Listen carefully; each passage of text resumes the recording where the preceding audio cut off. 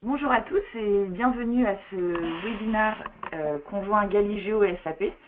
Donc nous sommes très heureux aujourd'hui de la participation de Grégory Bottichot, qui est Product Manager SAP BI chez SAP. Donc on est réunis aujourd'hui pour vous présenter les nouveautés de SAP Business Object, en particulier la BI 4.2 et surtout les fonctionnalités de Location Intelligence, de géo-intelligence que vous allez pouvoir obtenir grâce à l'intégration de Galigeo dans SAP Business Object. Excusez-moi. Donc, vos interlocuteurs aujourd'hui, parce que voilà, c'est toujours effectivement bien de savoir qui vous allez entendre parler pendant ces prochaines 45 minutes. Donc, Grégory Bottichot, comme je vous l'avais dit au début. Donc, Grégory, je te laisse dire bonjour. Bonjour à tous. Voilà. Nous avons aussi Sébastien Connaisson, donc le directeur technique de Galigeo, qui fera partie également des présentateurs et qui nous fera une démonstration de Galigeo for Web Intelligence. Sébastien. Bonjour à tous. Donc, moi-même, je suis en train de parler actuellement de la coordination des différents intervenants et qui fera également les nouveautés des produits. Et également Vincent de Chandon, qui est ici notre Product Manager pour l'offre Galigeo, for Lumira et Design Studio. Bonjour à tous. Voilà, donc vous nous entendez tous parler durant ce webinaire et nous serons également présents pour répondre à vos questions. Car le principe d'un webinaire, évidemment, c'est que vous êtes tous on mute, donc vous ne pouvez pas vous exprimer oralement pendant le webinaire. Par contre, vous pouvez poser vos questions tout au long du webinaire. Vous avez une fenêtre dédiée sur la partie droite, normalement, de votre PC s'il est configuré de manière standard. Donc, posez vos questions tout au long du webinaire et on pourra vous y répondre, ou alors on gardera les questions pour la fin. Voilà, donc il y a quelqu'un qui me dit effectivement que nous avons quelques petits bruits parasites de la part des intervenants. Nous sommes 4 intervenants, donc c'est vrai que c'est un peu compliqué, mais on va essayer de ne pas faire de bruit en plus de notre présentation. Donc voilà, pour les questions, comme je vous l'ai dit, c'est tout au fur et à mesure. On vous y répond dans le chat, et sinon on les gardera pour la fin si on considère effectivement qu'il faut les partager avec tout le monde. Alors, pour rentrer un peu plus dans le vif du sujet, voilà l'agenda qu'on vous propose aujourd'hui. Donc, une brève introduction pour vous redonner le contexte et pour vous expliquer pourquoi aujourd'hui on fait un webinaire conjoint Galigeo et SAP. Ensuite, donc, je vais donner la main à Grégory qui va vous montrer la BI 4.2, les nouveautés, donc le nouveau portail d'accès, donc l'Interactive Viewer, et également les nouvelles fonctions des custom éléments qui vont vraiment vous permettre d'aller plus loin dans la data vise au sein de Web. Et ensuite, ça sera une parfaite transition pour vous parler justement de Galigeo, qui s'intègre justement avec cette fonction de custom éléments dans la BI 4.2. Vous en montrer les bénéfices, pourquoi finalement intégrer la géo-intelligence avec Galigeo, et surtout des exemples de cas d'usage au travers de démonstrations. Donc dans Webi, une démonstration autour de la vente et la distribution, et dans Lumira et Design Studio, des démonstrations autour de gestion du réseau et des incidents dans le cadre des transports. Alors pour vous donner un peu de contexte, donc Galigeo est expert en intelligence géographique depuis 2001, donc déjà plus de 15 ans. Un partenariat stratégique avec SAP. Donc un partenariat, c'est-à-dire que l'on travaille ensemble sur les produits. Voilà, nos produits sont certifiés SAP, donc on vous assure toujours évidemment une parfaite intégration et une expérience utilisateur vraiment totalement intégrée. Nous avons une équipe très soudée chez Galigeo, très orientée client, comme on dit toujours, le client avant tout, client first. Donc ça c'est vraiment notre ADN au sein de notre R&D, mais également au sein de notre équipe d'accompagnement et de formation autour des solutions Galigeo pour SAP. Aujourd'hui, plus de 250 clients nous font déjà confiance, donc dans le monde entier. À la base, nous sommes une société dont le siège est basé effectivement à Paris, mais avec un rayonnement international, avec des bureaux également en Amérique du Nord et en Europe, et surtout un réseau de partenaires qui nous permet d'être au plus proche de nos clients, hein. Certains d'entre vous ont déjà l'habitude de travailler avec des intégrateurs, donc vous voyez peut-être le nom ici en bas. Donc, nous avons aussi des partenariats avec ces intégrateurs qui peuvent vous accompagner aussi dans la montée en compétences et dans l'intégration des solutions Galigeo au sein de vos infrastructures SAP BI.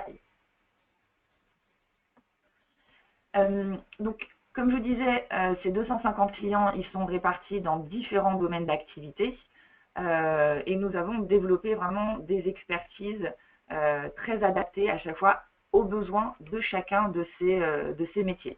Donc, nous travaillons beaucoup avec la santé, police, sécurité, le secteur public, les gouvernements de manière générale, les transports, les réseaux de télécom, les réseaux d'assainissement de l'eau, et évidemment aussi la vente marketing dans le milieu de la distribution, de la grande distribution.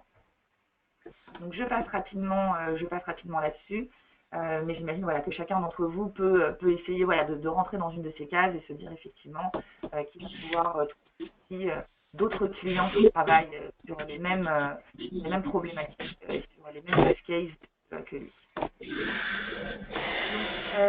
Nous allons passer maintenant à la partie que va nous présenter Grégory Boticcio de chez SAP, à qui je vais passer la main tout de suite. Alors, Grégory, tiens-toi prêt. Oui, on y va. Ton écran. Et la parole est à toi.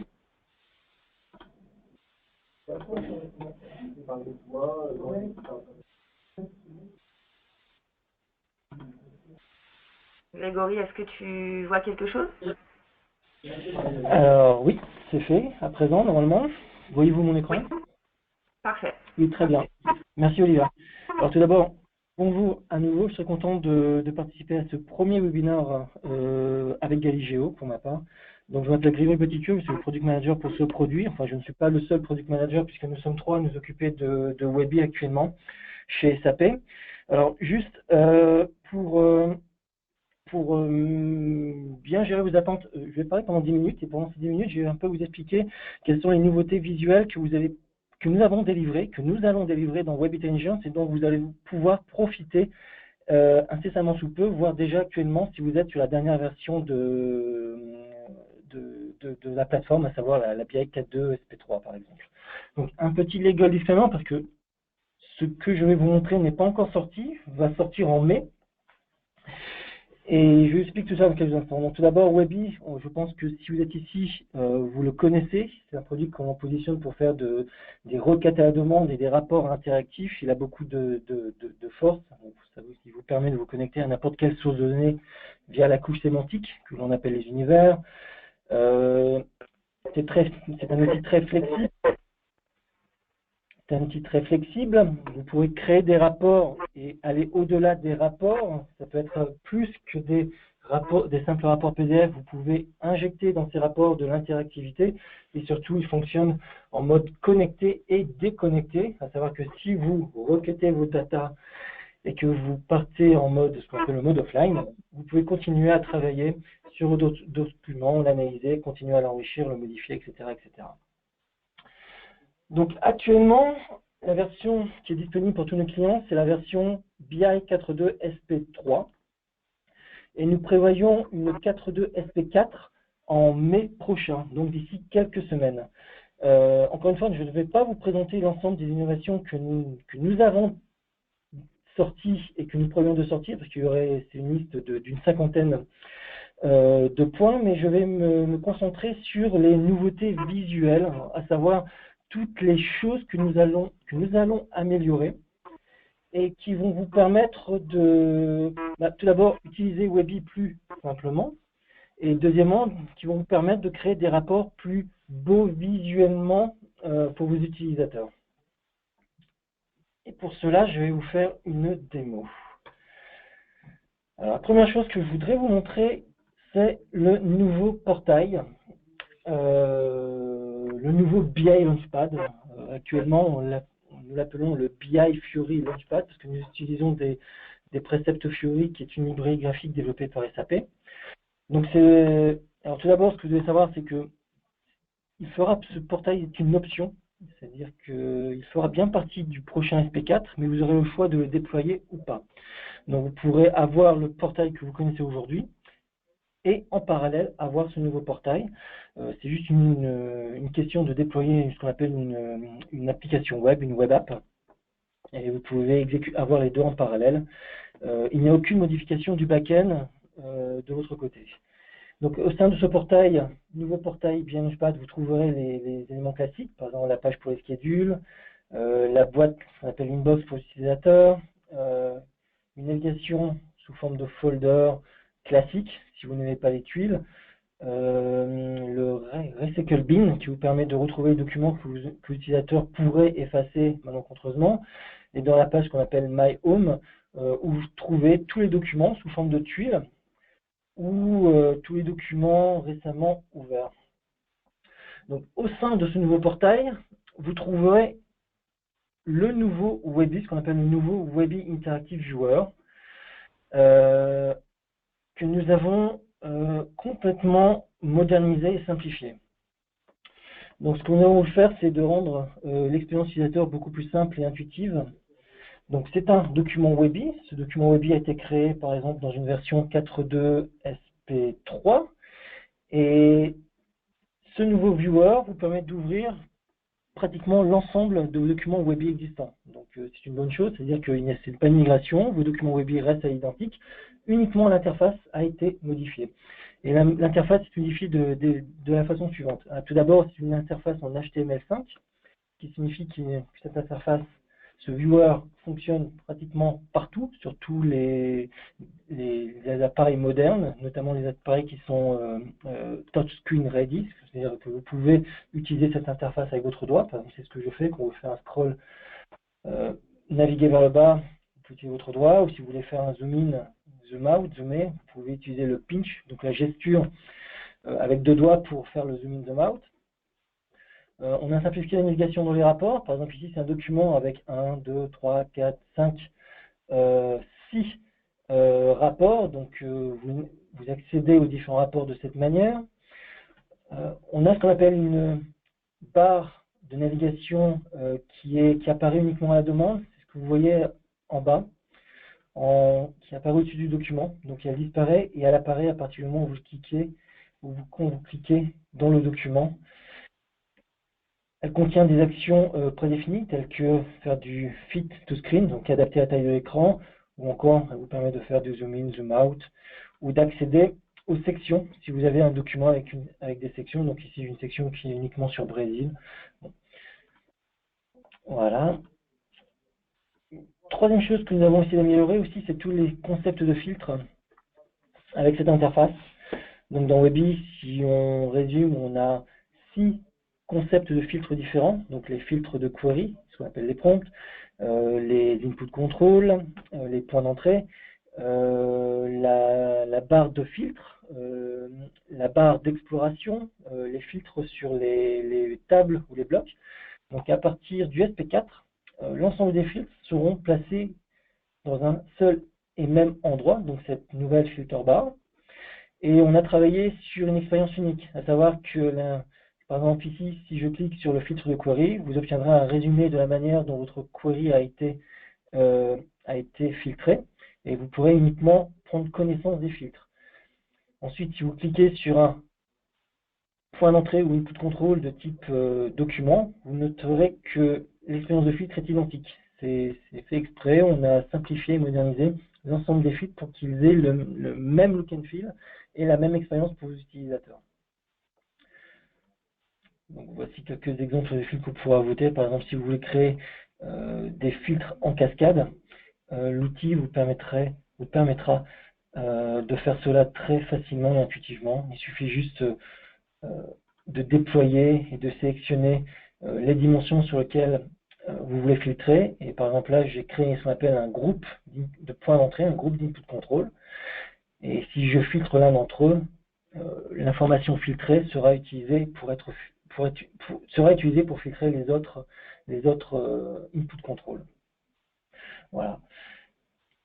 Donc ça, c'est un document créé en 4.2 SP3. Encore une fois, uniquement, seulement l'interface est nouvelle. Et voilà, il y a une nouveauté qui est un peu spécifique, c'est que dans cette interface interactive, il y a toujours un moment où, une fois que les utilisateurs ont terminé de jouer avec les filtres de type input control ou le drill, ils veulent pouvoir faire des choses bien spécifiques qui sont par exemple la possibilité de faire un drill, un sort ou un ranking. Donc vous pouvez le faire directement en sélectionnant une colonne et à pouvoir passer directement faire un tri ou un rank, donc ce qu'on appelle un top 5 ou un top 3 par exemple. Donc précédemment, pour faire cela, l'utilisateur devait entrer dans le mode designer. À partir de SP4, ce type de fonctionnalité sera proposé par défaut dans l'expérience de viewing, ce qu'on appelle dans l'expérience de consommation. Et dans le futur, nous continuerons à enrichir les possibilités d'analyse pour l'utilisateur final.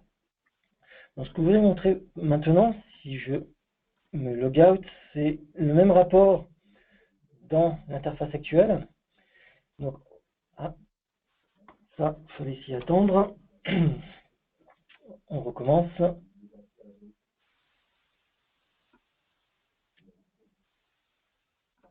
Donc voici le même document ouvert en 4.2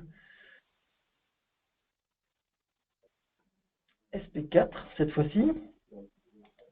Donc autant en SP4, nous avons travaillé sur la nouvelle interface Webby de consommation, autant nous avons travaillé également sur des nouveaux graphiques qui vont vous permettre d'enrichir visuellement vos documents. Donc pour vous donner un exemple, j'ai quelques éléments qui sont prêts à l'emploi et je vais vous les montrer dans quelques instants. Alors, hop, voilà.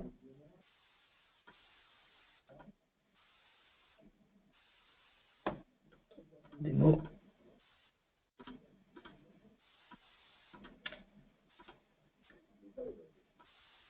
Alors, par exemple, on a travaillé sur ce qu'on appelle des goals. Donc à présent, par défaut, Webby contient des goals que vous allez pouvoir insérer dans vos documents. 3 types de goals, donc ce qu'on appelle une goal simple, une goal linéaire, ce qu'on appelle voilà, et un speedometer. Donc on avait beaucoup de demandes d'utilisateurs pour enrichir graphiquement Webby. Donc on commence avec ce qu'on appelle donc des gauges et des speedometers. On a également enrichi beaucoup les options graphiques liées à certains charts, typiquement par exemple un waterfall chart, où vous pouvez par exemple changer la dernière barre pour lui donner un nom custom, ou encore sur certains bar charts pour contrôler la largeur de la barre pour un bar chart. Donc tout cela est disponible à partir du SP4. Et une dernière chose, c'est une nouveauté qui est présente dans Webby depuis la 4.2 SP2, donc qui est disponible en 4.2 SP3, mais également a fortiori dans la 4.2 SP4, c'est ce qu'on appelle les custom éléments. Alors, les custom éléments, c'est très simple. C'est un framework pour les développeurs et ça permet aux entreprises qui ont des cas d'usage bien spécifiques, qui ne trouvent pas dans les graphiques que l'on fournit par défaut, de pouvoir les réaliser. Typiquement ici, j'ai créé un custom élément basé sur ce qu'on appelle des bullet charts. Et ce bullet chart, alors ce n'est pas SAP qui le fournit par défaut, mais je suis parti sur un site web qui s'appelle d3js.org et sur ce site web, j'ai des tas d'exemples de charts pour des cas d'usage bien spécifiques et cette technologie vous permet, en fonction de ce que vous voulez faire, de simplement aller chercher le graphique dont vous avez besoin. Voilà. Vous avez le code qui est disponible. Vous donnez tout cela à votre développeur ou votre partenaire favori. Et à partir de là, il va pouvoir vous créer une extension qui sera intégré de manière native dans Webby sous cet onglet qu'on appelle Insert Custom Element. Et à partir du moment où le développeur a créé cette extension, l'a déployée dans la plateforme, l'utilisateur final va pouvoir simplement aller insérer un nouveau type de graphique et les nouveaux graphiques créés et ajoutés apparaîtront dans la liste des charts disponibles pour l'utilisateur final. De manière très simple, il aura juste à aller sélectionner un graphique et il l'utilisera comme n'importe quel autre graphique fourni par défaut dans Webby. Et une chose qui est aussi très intéressante, comme vous pouvez le voir, j'ai utilisé ce qu'on appelle des shared elements pour insérer très rapidement quelques graphiques en incluant un custom élément. Si je sauvegarde ce document, si je me délogue et que je retourne dans le nouveau portail, donc hop, je me relogue en vitesse.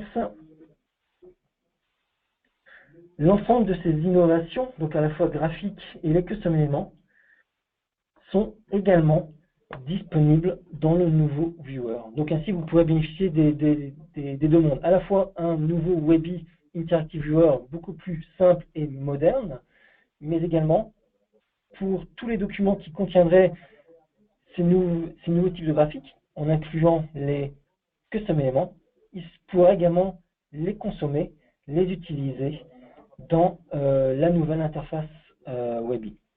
Voilà, donc je vais m'arrêter là, donc c'est une bonne transition. Donc les custom éléments, c'est exactement la technologie qu'a utilisée Galigeo pour incorporer au sein de Webby leur technologie de Location Intelligence. Merci de votre attention.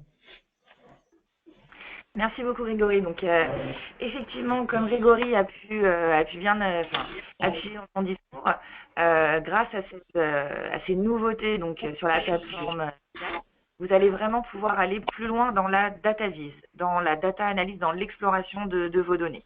Et ce qu'on vous propose ici avec donc les extensions Galigeo, c'est vraiment de pouvoir tirer profit de votre donnée géographique. Vous avez tous ici de la donnée que vous avez envie de représenter sur des cartes. Vous avez envie de comprendre vos indicateurs avec une carte qui est finalement un type de graphique à part entière. Alors un graphique très puissant, hein, parce que sur une carte, voilà, on peut se déplacer, on peut zoomer, on peut croiser des informations qui à la base n'ont aucun rapport dans votre data warehouse, mais géographiquement, on va voir qu'elles ont un lien parce qu'elles se situent finalement dans la même zone géographique.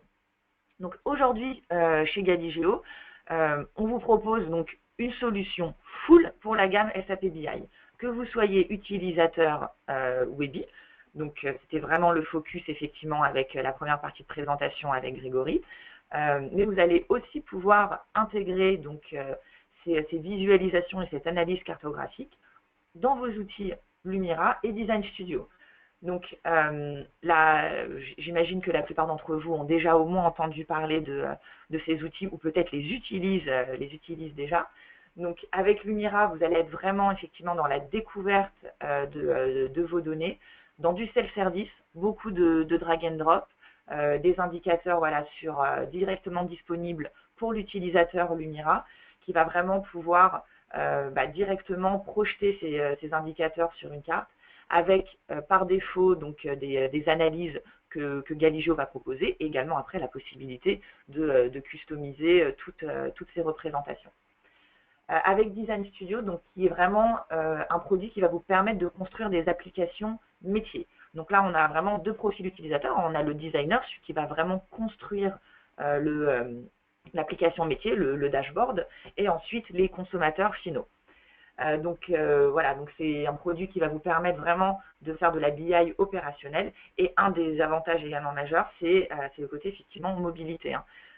Pour ceux qui ont pu effectivement déjà créer des applications métiers via Design Studio, voilà, elles sont très très très adaptées effectivement à l'univers mobile, très simple d'utilisation, beaucoup d'interactivité entre les différents éléments du rapport. Voilà, donc pour des utilisateurs métiers qui à la base ne sont pas du tout BI, c'est vraiment le produit idéal pour répondre à ce besoin. Donc avec Galigeo, donc vous allez pouvoir, comme je vous disais, vraiment tirer le meilleur profit de la dimension géographique qui se trouvent déjà dans votre data warehouse. Vous avez de la donnée, vous avez des clients qui sont localisés, peut-être à l'adresse, mais peut-être de manière plus macro à la commune ou à d'autres types de zones de chalandise. Vous avez des réseaux, peut-être, si vous travaillez dans les transports, dans le transport d'électricité, le transport de marchandises ou de passagers. Vous avez des territoires bien à vous, vos territoires commerciaux ou vos zones de vie. Ou alors vous travaillez aussi peut-être sur de la limite administrative. Vous étudiez votre métier aujourd'hui sur les régions, sur les départements, les communes. C'est sur ce millefeuille administratif que l'on a en France, mais également que l'on peut avoir en Belgique et en Suisse. Je parle aussi pour nos amis belges et suisses, car nous sommes aujourd'hui 3 pays réunis sur ce webinaire. Donc je ne voudrais oublier personne. Donc quand il s'agit effectivement d'intégrer des cartes dans des rapports BO, donc souvent ça peut peut-être un peu faire peur. On se dit effectivement la cartographie c'est un peu compliqué, mais nous on va vraiment ici vous proposer des produits qui sont très simples de mise en œuvre, c'est important, et aussi simples pour l'utilisateur final. Parce qu'il y a vraiment 2 étapes. Les premières personnes qui vont se heurter à l'intégration de nouveaux outils de data analyse et data vise, c'est souvent les analystes, des personnes plutôt côté BI, et ensuite des utilisateurs finaux. Donc on a essayé effectivement de simplifier au maximum. Chez Galigio, on a développé un moteur vraiment qui s'occupe de toute la partie géodata management. Le data management, vous savez ce que c'est. Le géodata management peut être effectivement un peu moins. Donc nous c'est notre métier, c'est notre expertise, et on vous l'offre avec nos extensions. Nos extensions sont Smart et Self-Service, c'est-à-dire qu'on va vraiment on va vous aider dans vos analyses. C'est-à-dire que par défaut, on va faire des associations entre des indicateurs et des niveaux géographiques. Par exemple, si dans votre data warehouse, vous avez des indicateurs de performance à la commune, par défaut, on va vous proposer de visualiser sur une carte ces indicateurs sous forme d'aplats de couleurs sur des communes. Si vous avez des réseaux et des incidents, on va vous proposer par exemple des cercles proportionnels sur ces réseaux. Je ne vais pas trop rentrer dans le détail parce que vous allez le voir de toute manière au travers de toutes les démonstrations que vous aurez juste après que j'ai fini de vous présenter ces quelques points. Ce qui est intéressant aussi, c'est que vous allez pouvoir travailler avec vos propres données personnelles. Donc travailler avec vos données du Data Warehouse, ça c'est une chose, évidemment, on supporte tous les types de sources de données qui sont supportées par BO, BW, ANA, vos univers classiques, également du fichier Excel, et vous allez pouvoir aussi utiliser vos propres données personnelles, sans passer effectivement par la phase d'intégration par Data Warehouse, et ensuite aussi les partager avec les autres utilisateurs. Donc ça, Sébastien vous montrera cette partie. Souvent, on aime bien aussi, c'est important de pouvoir montrer des indicateurs qui sont animés sur une carte, selon un axe temporel, parce que les indicateurs évoluent dans le temps. Donc, pouvoir comprendre un phénomène, où est-ce qu'il s'amplifie, où est-ce qu'il s'atténue, ou comment il se déplace aussi ce phénomène. Donc ça, vous allez pouvoir le voir aussi grâce à la fonctionnalité de Motion Map, qui vous permet en fait d'avoir comme un film, animé avec un bouton play, un bouton stop, etc. Et vous allez pouvoir voir justement ces indicateurs de manière très dynamique. Vos territoires, ça c'est quelque chose de très important avec les produits Galigio, c'est que on n'est pas cantonné juste à des limites administratives ou à certaines villes, etc. Aujourd'hui, le panel est très large.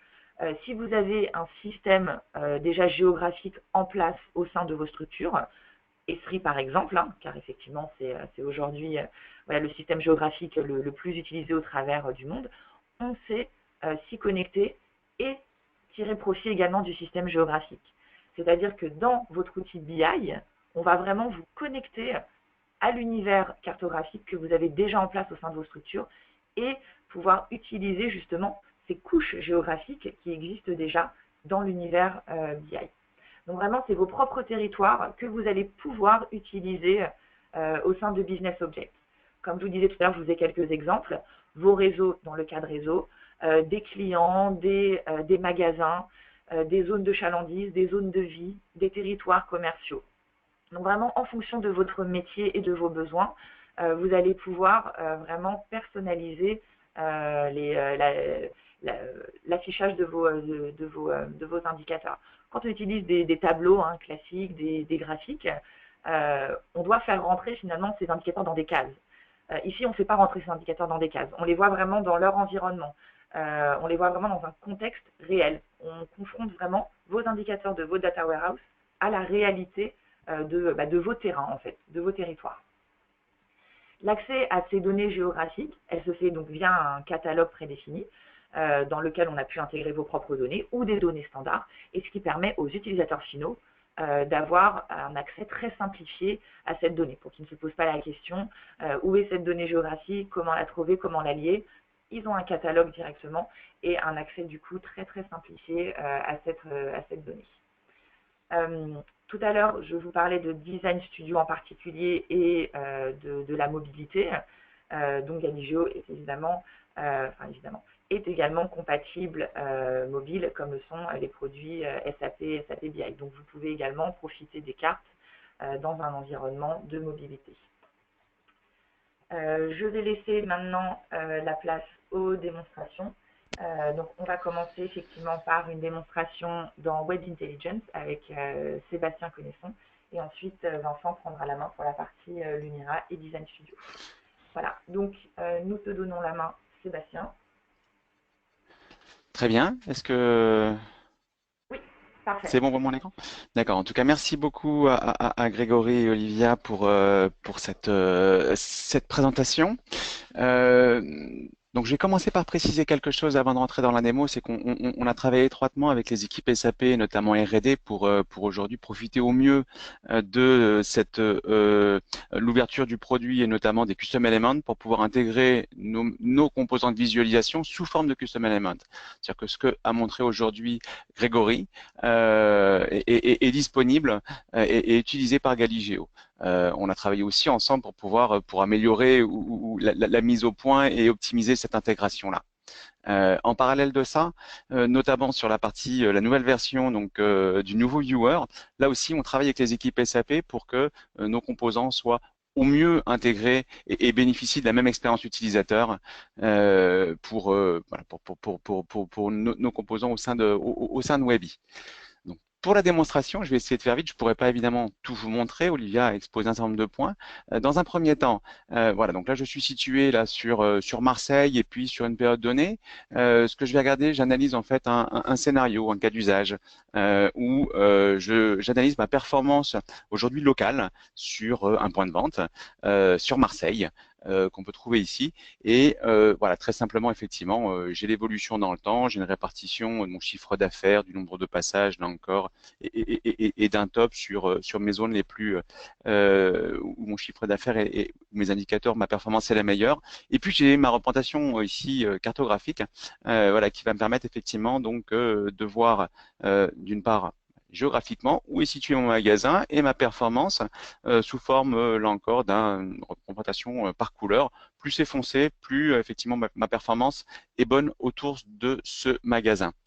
Dans ce même rapport, voilà, j'ai effectivement là un autre élément de visualisation qui est représenté ici sous forme de heatmap. Et là, c'est idem, c'est donc l'augmentation de mon chiffre d'affaires et cette répartition là au niveau du territoire, où là effectivement sous forme de carte de chaleur, de heatmap. Voilà. Et je peux effectivement très simplement ici naviguer pour aller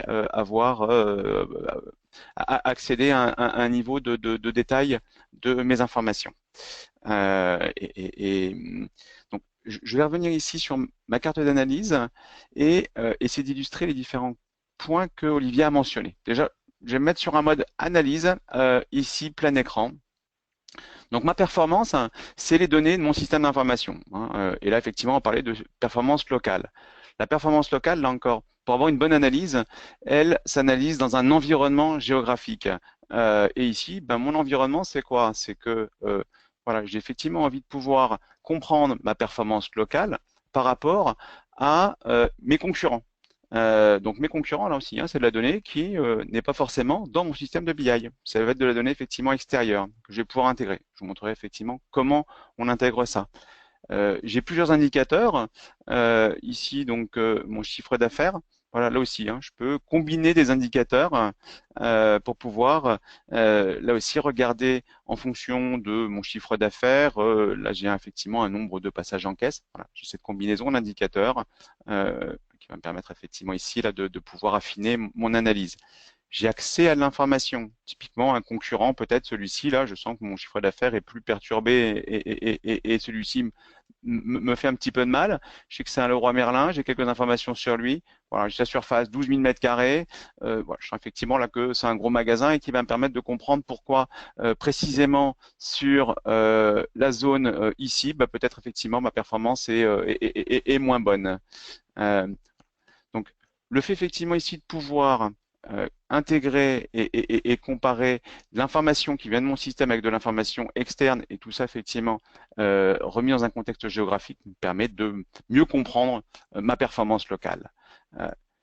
J'ai aussi accès à des fonds de plan et de la donnée qui est, voilà, j'avais de la donnée effectivement qui était relativement neutre en dessous. Là, je veux comprendre concrètement ma zone. Voilà, et effectivement, je vais pouvoir très simplement ici regarder.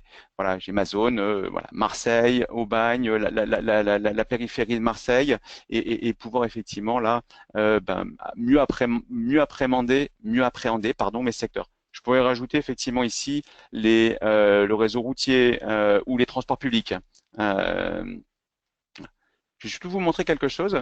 Donc là, j'ai utilisé de la donnée qui était externe. Je veux pouvoir rajouter de la donnée, effectivement, là encore, qui n'est pas dans mon système d'information, de la donnée de marché.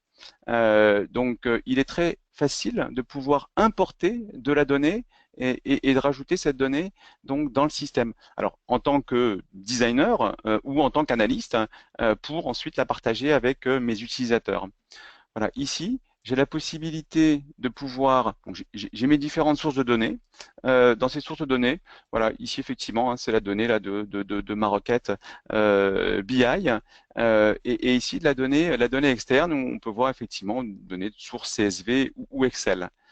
En fait, j'ai deux principales sources, CSV ou Excel, et puis j'accède aussi à un catalogue de données ici dans lequel je retrouve directement les données des données standards qui sont fournies avec le produit ou des données effectivement que vous pouvez enrichir pour pouvoir intégrer soit vos données là encore géographiques, alors sous forme de shapefile, hein, c'est un format de données géographiques, ou vous connecter à votre système d'information Esri. Et à ce moment-là, effectivement, les données et ces couches-là seront disponibles et pourront être ajoutées dans l'application et dans la carte.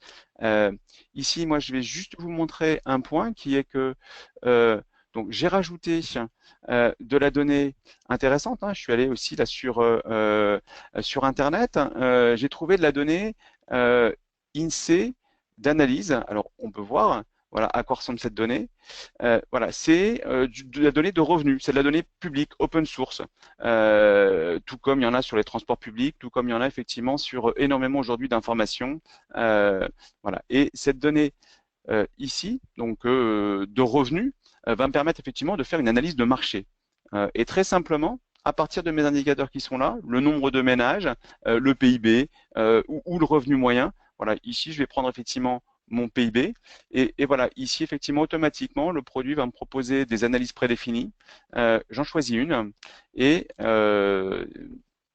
mon analyse, voilà, j'ai une analyse automatique qui va m'être proposée et dans lequel, effectivement, donc, je vais pouvoir comprendre en termes de PIB sur mes différentes zones, voilà, effectivement, hein, très simplement, accéder ici que sur cette zone-là, qui est une commune d'Aloche, si je dis bien. Voilà, effectivement, j'ai un PIB de 54 millions d'euros. Voilà. Donc cette donnée, effectivement, c'est vraiment de la donnée qui a été facilement cherchée sur Internet ou dans d'autres systèmes tiers ou dans vos BU ou chez vos utilisateurs métiers et qui peut être intégrée ici, soit conservé à titre personnel, soit effectivement partagé et enregistré avec cette carte et partagé avec d'autres utilisateurs.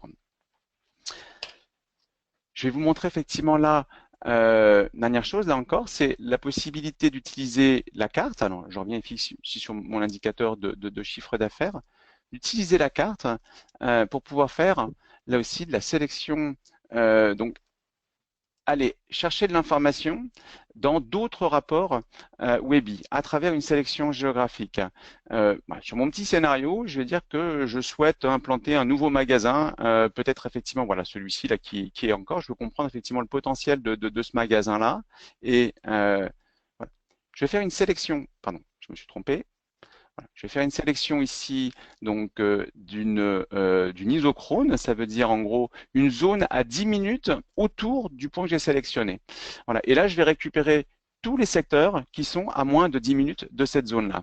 Et très simplement, je vais pouvoir, d'une part, ici visualiser les informations directement dans mon tableau ou lancer un nouveau rapport BO, faire du drill through. Et ce drill through va me permettre d'actualiser et d'avoir une analyse détaillée. Donc là, je suis à un niveau de secteurs qui sont les iris, où j'ai la population, la densité, le chiffre d'affaires, etc., le panier moyen. Voilà. Et là encore, effectivement, je peux naviguer de rapport en rapport, là encore, à travers une sélection et un filtre spatial. Je pense que je vais pouvoir vous montrer une dernière chose qui a été aussi illustrée, montrée par Olivia. J'ai perdu ma page, voilà, qui est là. Pardon. Qui est effectivement la possibilité de pouvoir gérer ses propres territoires. Alors là, j'ai préparé effectivement ici un projet. Et dans ce projet-là, voilà, effectivement ici, je vais trouver un certain nombre de territoires, alors que je vais afficher, je vais cacher voilà, mon chiffre d'affaires pour bien voir ces territoires. Et, et normalement, je suis censé voir mes territoires. Voilà. Pardon. Donc là, j'ai créé mes propres territoires directement dans le produit. Et juste pour vous, effectivement, vous montrer la facilité de pouvoir créer l'un de ces territoires, voilà, je peux effectivement considérer que ici, je veux créer une nouvelle zone à cet endroit-là, plutôt sur mes zones. Voilà, un nouveau territoire ici que je vais pouvoir ajouter. Que je vais pouvoir effectivement donc nommer et sur lesquels je vais retrouver une analyse, notamment de tous mes indicateurs présents ici, avec une analyse effectivement ici sous forme de heatmap qui me donne si mon territoire et ma zone aujourd'hui typiquement sur le PIB est plutôt dans le top supérieur ou le top inférieur. Voilà. Et là, effectivement, très simplement, je peux gérer ces territoires et de même modifier ces territoires au niveau voilà, par l'utilisateur de manière effectivement très très simple. Donc là, une vraie gestion des territoires métiers au sein de vos organisations directement au niveau dans votre système de BI et sur la base des indicateurs effectivement BI de votre système de performance. Voilà, je pense que je vais m'arrêter là et je vais repasser la main à Vincent pour la suite. Bonjour à tous. Je vais essayer de faire vite parce que je vois qu'on est déjà arrivé à la fin normalement du temps imparti, donc je vais essayer de pas trop parler. En nous montrant quand même. En montrant, bien sûr, hein, je vais essayer de montrer toutes les fonctionnalités sans perdre trop de temps. Donc merci à Sébastien pour cette présentation. Donc moi je vais passer directement donc à l'outil SAP Lumira et l'extension Gaio for Lumira avec un petit cas d'usage assez sympathique je pense. Qui prend place en Belgique, donc je salue nos amis belges au passage. En fait, on a la société qui s'occupe en fait de la maintenance des lignes de chemin de fer en Belgique. Et donc en fait, supposons que voilà, je suis un business analyst. Hein, moi, je suis pas très expert ni en carto ni en informatique tout court. Et donc j'ai cet outil Lumira qui me permet de faire des analyses assez rapidement parce que je sais pas, peut-être que mon manager m'a demandé pour la réunion de la semaine prochaine de présenter en l'occurrence, quelles étaient voilà, les actions à prendre en fonction des différents incidents qu'il y avait eu sur les lignes. Donc voilà, ce qu'on se voit, c'est que voilà, chaque incident a été géocalisé, donc j'ai directement les coordonnées. J'ai l'ID des lignes de chemin de fer sur lesquelles ça s'est produit, les villes, la date, l'ID, etc., le type. Donc je passe rapidement sur ce jeu de données que j'ai importé, hein, qui pourrait venir de BW, de HANA, peu importe, même d'un fichier Excel. Et donc là, ce que je vais faire, c'est que je vais directement aller dans la partie visualiser, donc où j'ai déjà créé des visualisations. Et je vais vous montrer très simplement comment je peux créer directement une carte en cliquant et en glissant mes indicateurs. Et vous allez voir donc, comment tout ça prend vie. Donc l'extension Galigio est ici, hein, donc dans le chart picker, donc le typing Galigio que vous pouvez ici, donc c'est Galigio Map. Vous arrivez sur une carte du monde, et ce que vous pouvez commencer à faire, c'est, par exemple, ce que j'avais dit, c'est que mes incidents avaient été géolocalisés, et donc c'est-à-dire que j'ai la latitude et la longitude. Donc ce que je peux simplement faire, c'est prendre la latitude, la longitude, la glisser. Et donc on voit que automatiquement, donc le système qu'on appelle le Smart Mapping, donc qui est embarqué dans les produits Galigio, a décidé de m'afficher ça sous forme de heatmap. Parce que là, j'ai environ 1500 incidents, donc plutôt que de me positionner, on va dire 1500 points, qui pour la plupart vont être collés les uns aux autres et vont se superposer, et bien là, automatiquement, donc j'ai une carte sous forme de heatmap, avec laquelle je peux jouer, bien sûr, hein, tout est interactif, qui me permet de voir où sont les incidents principaux, où sont les zones qui ont eu les principaux incidents. Et donc voilà, on voit clairement, évidemment, comme on peut s'en douter, autour de Bruxelles, autour des grandes villes. Donc voilà, ça me permet d'avoir une première vue et de localiser éventuellement s'il y a des tendances au niveau donc, des incidents qui sont survenus. Ce que je peux faire aussi, c'est glisser un indicateur. Donc là, en l'occurrence, c'est un indicateur d'occurrence qui n'est pas forcément le plus intéressant, parce que en fait, c'est le nombre de fois, le nombre d'incidents qu'il y a eu à un certain point. Et donc, ce qu'on peut voir, c'est que là, à la place de make map, maintenant, j'ai une vue par symbole proportionnel. Donc, si je zoome un peu, ce dont on peut se rendre compte, c'est que par exemple, si je clique sur ce point, eh ben, je vois que ici, il y a eu 3 incidents, il y a eu trois incidents différents à ce lieu en particulier. Mais là, évidemment, ce qu'on ne peut pas voir, c'est le type d'incident, et c'est ce que j'aimerais bien voir. Là, je sais qu'il y en a eu 3, mais je ne sais pas quels ont été les incidents. Donc, de la même manière que ce que j'ai fait en cliquant glissant, je vais prendre le type que je vais glisser ici, pardon. Et donc, ce que je vais avoir, c'est qu'automatiquement, je vais avoir une vue donc, par pie chart, qui va être un peu chargé, mais si je zoome un petit peu, voilà, je vais pouvoir voir que par exemple, ici, j'ai eu, le jeu de données est en anglais, mais donc une erreur de procédure accompagnée d'un problème de caténaire, et damage to rolling stock. Je ne me rappelle plus exactement ce que c'est, mais voilà, il y a eu un problème sur la voie. Et donc on voit donc très simplement, j'ai dit ici dans la légende les différents indicateurs, que je peux en cliquant glissant, déjà avoir une première vue et vraiment voir voilà, les incidents, le type d'incident qui a lieu aux différents endroits.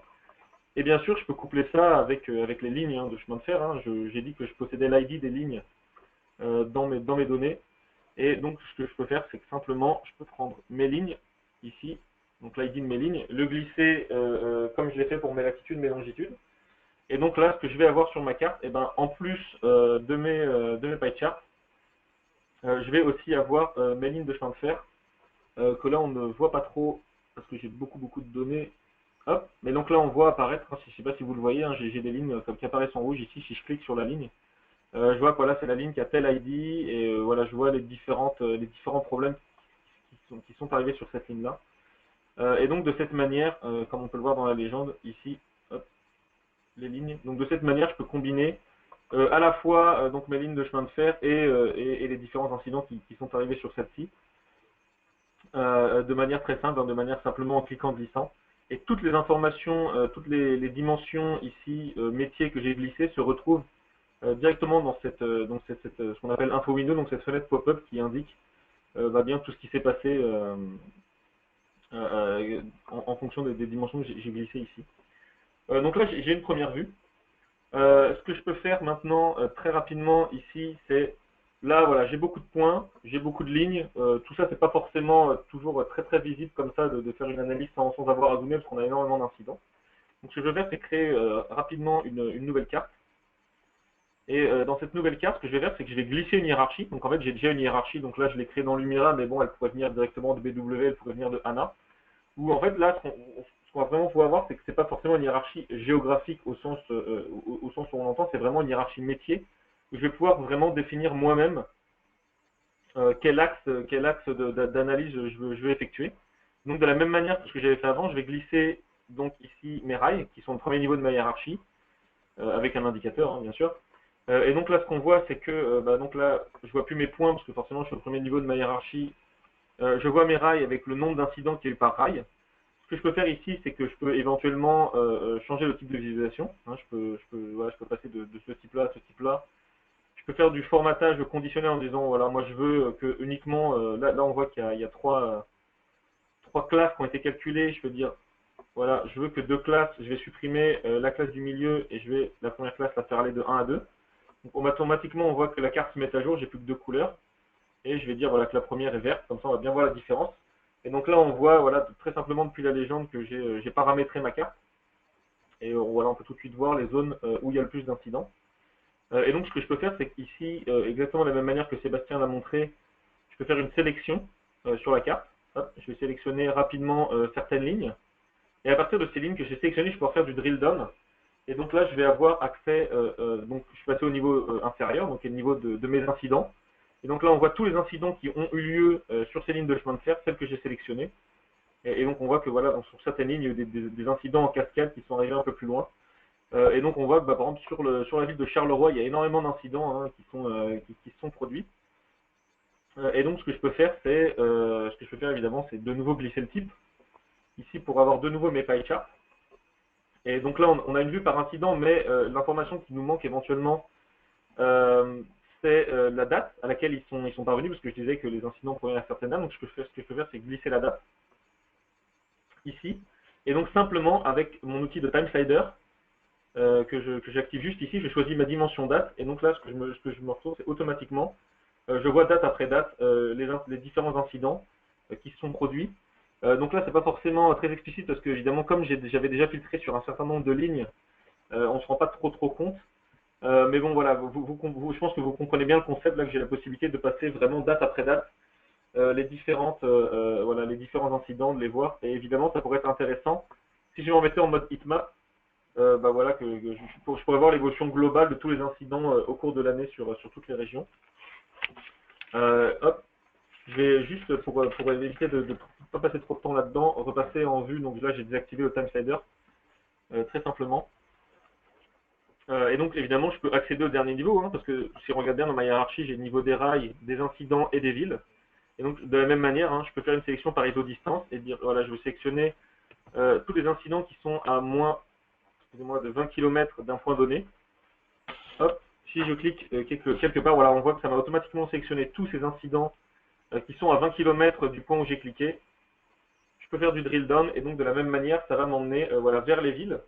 Et donc là, on voit que j'accède au dernier niveau, et donc on voit, là, ce sont les villes où se sont produits les incidents. Et pourquoi ça peut être intéressant? Parce qu'on peut avoir une problématique de, peut-être que les incidents sont aussi liés à des, voilà, aux communes qui gèrent, dans lesquelles les trains passent, les lignes passent. Voilà, peut-être qu'il y a eu un problème, peut-être qu'il y a des grillages qui ont été abîmés, qui ont permis à des gens voilà, de s'introduire sur les voies, etc. Donc voilà, j'ai la possibilité d'accéder directement en ville. Et donc, comme on peut le voir, voilà, directement basé sur ma hiérarchie métier, juste ici, qui n'est pas obligé de respecter donc les niveaux prédéfinis par l'UMIRA, qui sont normalement les pays du monde, les régions et puis les grandes villes. Donc là, voilà, je peux vraiment créer ma propre hiérarchie et en tirer bénéfice sur ma carte. Donc bien sûr, je peux créer mes histoires. Donc là, je ne vais pas le montrer parce qu'on n'a plus vraiment trop de temps. Mais évidemment, quand vous créez des histoires, vous avez donc la possibilité de mixer des cartes, des graphiques, etc. Et ensuite, évidemment, le but, c'est de publier ça sur la plateforme BI. Donc je vais tout de suite passer sur la plateforme BI. Et donc là j'ai ouvert mon navigateur, je suis connecté à ma plateforme BI. Et donc, je peux vous montrer l'exemple d'une histoire, rapidement, une histoire Lumira qui a déjà été poussée, donc qui n'est pas la même que celle que j'ai présentée. Et donc, vous pouvez voir, vous pouvez vraiment créer voilà, des choses assez sympas visuellement, de la même manière que j'ai créé mes visualisations. Et bien sûr, on retrouve, donc là, évidemment, c'est pas le même jeu de données, mais on retrouve les mêmes fonctionnalités. Et là, par exemple, voilà, si j'active le time slider, voilà, on pourrait avoir ici une vue très simplement à travers la vieille plateforme. Donc là, en l'occurrence, c'est l'évolution d'un chiffre d'affaires. Mais voilà, ça pourrait être mon nombre d'incidents, voilà, où sont mes clients, l'évolution voilà, de vos indicateurs à travers le temps. Bien sûr, tout ça est accessible sur la BI plateforme sans avoir besoin, je dirais, pour l'utilisateur, le consommateur final, d'installer le composant Galigeo de son côté. Et donc, ça me permet de faire une transition très rapide sur Design Studio, que je vais aussi montrer directement depuis la plateforme BI. Donc effectivement, comme montré Vincent, pour Design Studio, vous avez également un client desktop, un client lourd. sur lequel vous allez vraiment pouvoir créer vos applications. Et une fois que le designer a créé les applications, il peut les publier sur la plateforme BI. Et c'est ce que montre Vincent, effectivement, on peut accéder directement à ces applications de cette manière-là. Donc tout à fait. Donc là, on se rend compte tout de suite au niveau je dirais du look and feel que voilà, on peut vraiment accéder à des choses très personnalisées, hein. Là, si j'ouvrais ça en OpenDoc, on se rendrait même plus compte, hein, que c'est créé avec un outil SAP derrière. Et donc là, voilà, je suis toujours dans le même use case là, sauf que là, je suis passé sur la société qui gère le métro à New York. Il y a différents types d'applications, voilà, où il peut, voilà, de manière très simple, ouvrir ici sa première application qui lui permet, voilà, de faire du management de ces différentes lignes. Oui, par exemple, il peut filtrer par type. Donc on voit qu'automatiquement, quand je clique sur la carte, ça rafraîchit, pardon, quand je clique sur le graphique, ça rafraîchit la carte. Hop, si je choisis un type, voilà, on voit uniquement, donc là je peux filtrer par type de ligne. Je peux filtrer par type d'incident, également ici, là, comme on peut se rendre compte. Voilà, je pourrais avoir la possibilité, voilà, de passer sur une double carte pour avoir une vue entre, par exemple, là, le coût de maintenance par rapport au coût de maintenance qui était prévu. J'ai vraiment la possibilité de customiser mes actions et de définir vraiment voilà, le comportement attendu pour que l'utilisateur final vraiment vraiment accès aux données qui lui sont importantes. Et voilà, puisse vraiment bah, voilà, faire son travail de manière simple et intuitive. Et donc de la même manière, hein, je peux passer sur une autre application qui est assez intéressante, qui va être là plus donc du management de ressources humaines, où là j'ai en fait chaque personne en fait dans chaque station du métro, il y a des gens qui travaillent et je peux savoir à un instant précis en temps réel où sont ces gens actuellement. Donc là j'ai venu par cluster, on voit que je peux éclater mon cluster en cliquant dessus et je me rapproche donc de la vue street, donc du street level, de la vue niveau rue quoi.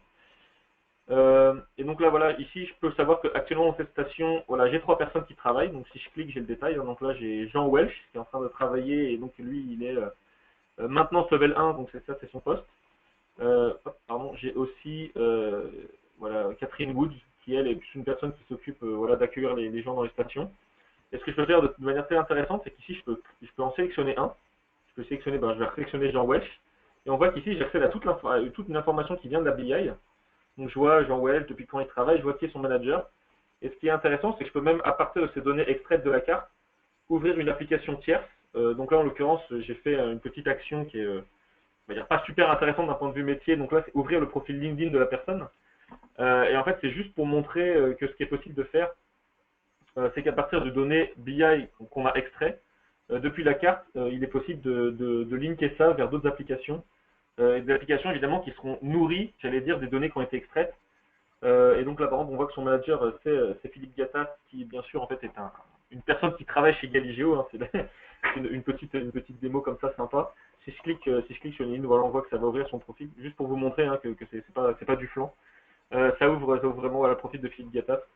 Évidemment, là, je pourrais aussi ouvrir une conversation Skype avec cette personne si j'avais le plugin Skype installé sur mon navigateur. Et quelque chose de très intéressant, voilà, je conclurai là-dessus, c'est que vous avez aussi la possibilité, au-delà vraiment de dépasser, je dirais, le simple cas d'une application BI et par exemple de faire de la réécriture directement, par exemple dans SAP HANA ou dans SAP BW. Voilà, à partir d'une application Design Studio, hein, c'est une possibilité qui vous est donnée pour imaginer, voilà, extraire des données de la carte, que la personne puisse saisir quelque chose dans un formulaire et que ce qu'elle saisit soit réinjecté après en base et réutilisable du coup automatiquement dans l'application. C'est quelque chose de faisable.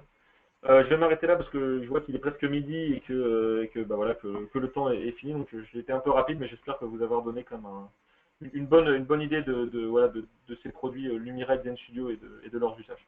Ouais, donc comme vous voyez, hein, on est passionné ici par notre métier, voilà, par la cartographie. Donc si vous voulez en savoir plus, on sera ravis évidemment de vous faire des démos personnalisées. Donc vous pouvez me contacter, vous avez en bas mes coordonnées.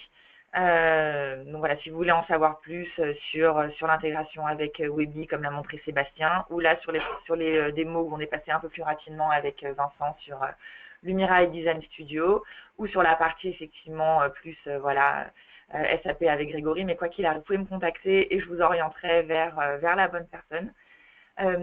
Si ça vous a donné envie pour ceux parmi vous qui ne connaissent pas encore nos produits, en tout cas, ou qui ne les ont pas encore testés, vous pouvez les essayer gratuitement pendant 30 jours. Donc si vous allez sur notre site internet, Je vous ai mis l'adresse à droite sur les pages produits. Voilà, vous allez arriver très rapidement sur un formulaire donc, qui prend vraiment 10 secondes à remplir et vous allez recevoir donc notre produit pour les 30 jours d'essai gratuit avec aucune limitation hein, de fonctionnalité. Donc vous allez vraiment pouvoir tester le produit dans sa globalité. Sur notre site internet, vous allez pouvoir aussi trouver des témoignages clients et des cas d'usage par secteur d'activité. Ça, c'est toujours effectivement très intéressant de pouvoir comprendre effectivement pour le milieu de la santé, pour le secteur public, quelle est vraiment la valeur d'usage que l'on va pouvoir tirer de l'analyse géographique. Vous pouvez nous suivre sur les réseaux sociaux, évidemment. On poste souvent des témoignages de nos clients, des success stories ou des nouveautés produits, des promotions, donc via les réseaux sociaux, notamment LinkedIn, Twitter, et plein de vidéos sur YouTube, des tutoriaux qui vont vous permettre de prendre en main le produit voilà, assez rapidement. Nous avons répondu normalement à toutes vos questions directement dans le chat au fur et à mesure de la présentation. Si jamais vous en aviez d'autres, n'hésitez pas à me les envoyer. De toute manière, vous allez recevoir un email de ma part de remerciements et avec la présentation. Donc, n'hésitez surtout pas ensuite à revenir vers moi si vous souhaitiez creuser certains sujets. Voilà, donc merci à tous et je vous dis à bientôt pour le prochain webinar. Et également, excusez-moi, j'ajoute juste une chose, on fait également des webinars en anglais donc pour les anglophones. Donc voilà, n'hésitez pas évidemment aussi à passer le message si vous aviez des collègues anglophones. Je parle notamment pour les Belges et pour les Suisses. Voilà, merci à tous, bonne journée et à bientôt. Au revoir.